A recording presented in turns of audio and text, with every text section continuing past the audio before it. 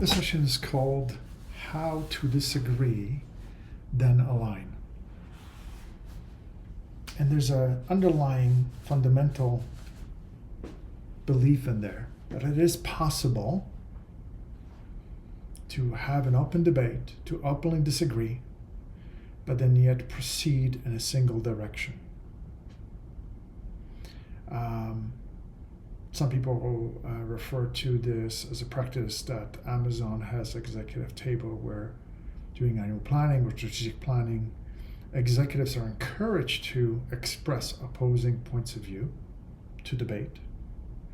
But once a decision is made, they are explicitly, completely expected to follow that single direction. And that both of these behaviors together are healthy. Case study here is from a very unique nonprofit. It's a large association that's servicing small businesses. And in this case, the association has existed for many years. It has organically developed over a specific kind of predictable set of services and happily moved along in this fashion until COVID. And when COVID hit, that radically changed the demand and shifted them from kind of predictability to chaos. Suddenly their services that used to be neatly owned, and the organization used to be like nicely delineated, they have to evolve rapidly. And they could simply not align. They could simply never had the habit, never had the practice, never had the time to solve problems in these ways. They were always in their own areas. So it wasn't so much politics. It wasn't about personal agendas. It's this, they didn't have the skills of influence and align. Not only did you need new decisions, you needed very different leaders or different skill sets in the existing leaders, new behaviors.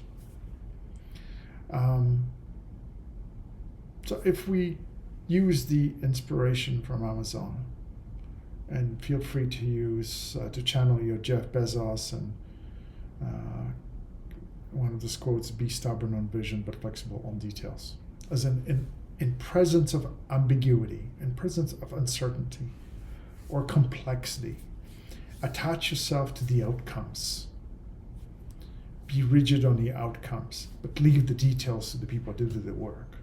Like, be flexible on how they get done. In fact, keep the details flexible to achieve the outcomes. So how does it happen? I mean, you start in a predictable way, allow all points of view.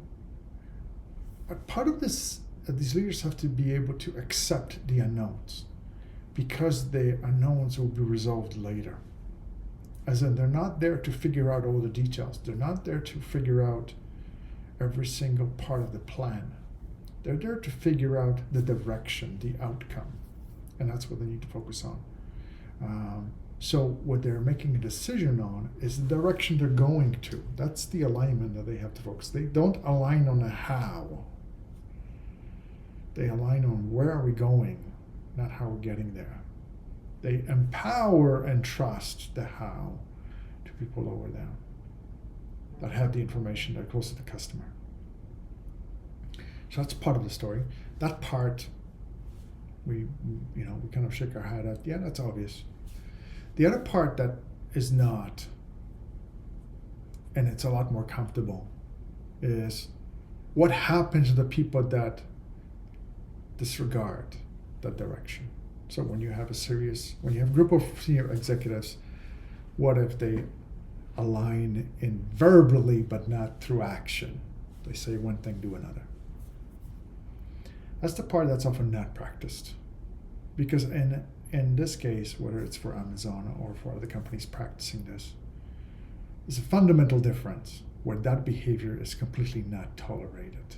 In the same way how we would not keep a toxic but high-performing employee, because there's a significant impact on the ecosystem, on the environment, on the culture.